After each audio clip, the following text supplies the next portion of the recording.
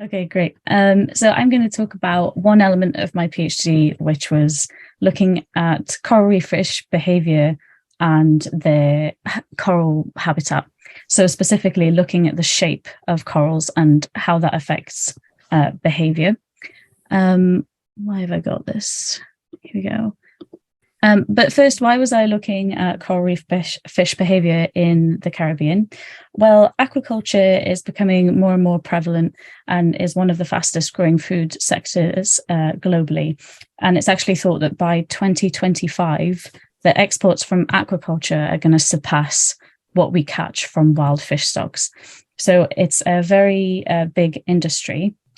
But the problem is that fish in aquaculture are often really heavily parasitized. So these fish kind of nets are open to the water, and so they get infected from wild fish, but then it spreads really quickly because they're all kept in one space. And there are several methods of treating the parasite loads in fish, but the problem is when you put your treatment into these nets, because they're open to the sea, you're actually dosing all of the wildlife as well, which can have detrimental effects. So we really need to come up with a better solution than just dosing wildlife. And one biological method that could be an answer to this problem is cleaner fish. So cleaner fish do exactly what it sounds like they do. They clean other marine organisms. So on the bottom right is a lumpfish. And lumpfish are the kind of species that are typically deployed in UK aquaculture. But the problem is that they're not exclusive cleaners. So they actually will eat other things other than just through their cleaning behavior. So when we put them in these big nets with all the other fish, which are being fed every day, the lumpfish actually eat the food that's been given to the farm fish instead of doing their job as cleaners. So there are different types of cleaner fish, and some cleaners will exclusively clean to gain nutrition. So on the bottom left is my study species, the shark-nosed goby cleaner fish. And this fish will exclusively clean. It doesn't eat anything else, not that we know of. There's always, the caveat that maybe it's doing something at night we don't know about. But generally speaking, it's an exclusive cleaner. And so we can use that to look at its natural behavior and see if we can replicate that in aquaculture. One of the main differences between a natural system and our farmed aquacultures is that there's actually no habitat structure in place. It's just these empty nets in most scenarios. And the shark-nosed goby cleaner fish actually uses its habitat to help it with its cleaning behavior.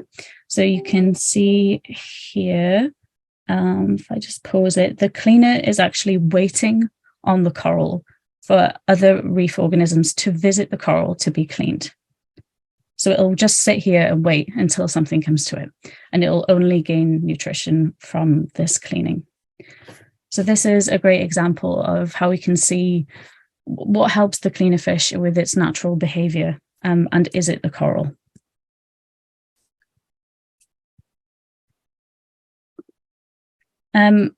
So for you to kind of understand a coral reef system a little bit better, this is a 3D model of a coral reef, and you can see all the different species of corals come together to create this complex habitat. It creates all these crevices and small spaces for lots of different marine species to live in. So using a 3D model, we can actually ask lots of intricate questions about the habitat space.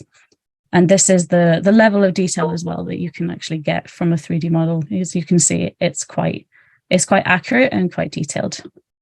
So this is our study site in the Caribbean. Right off the beach there, where the water gets darker, the darker blue, that is the reef. And the red dots are the locations of some of the corals which we used for the study. So we found corals with cleaner fish on and corals without cleaner fish on. And we 3D modeled these corals. It's quite a simple process. You just film the coral and then you extract images from that film. you mesh it together using a series of softwares, and then you end up with your coral, 3D digital coral. We then isolate the individual station used by the cleaner fish after observing the corals and the cleaner to see where it's going. And then we can use those 3D models to kind of measure habitat metrics. This is just a brief overview of what we looked at.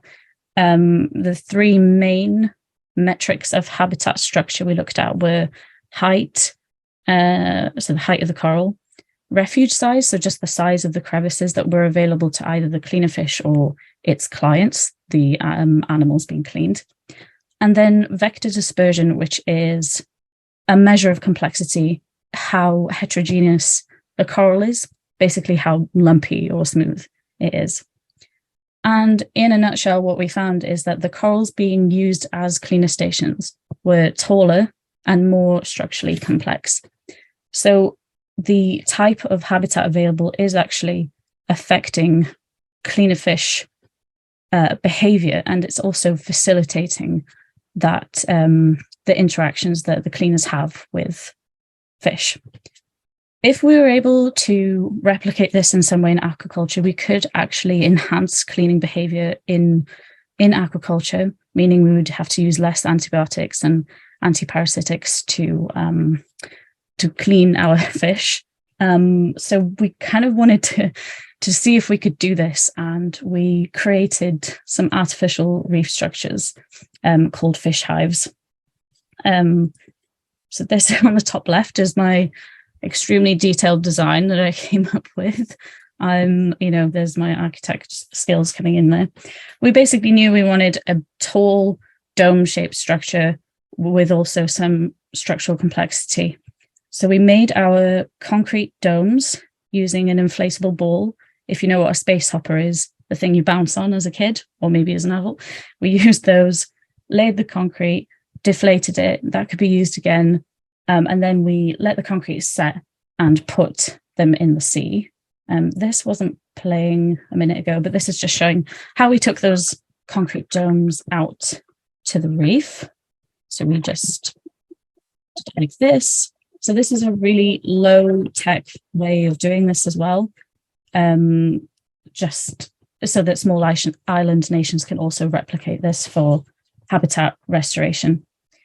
Once the domes were in the water, we then took coral cuttings and seeded them on top of the concrete domes. And you're left with a structure that is hopefully on the next slide. Oh, there we go. It says building. Here we go. So this is what the end structure looks like. So you've got the concrete dome, that dome shape, you've got the height, and then you've also got this structural complexity, which has been introduced by these corals growing.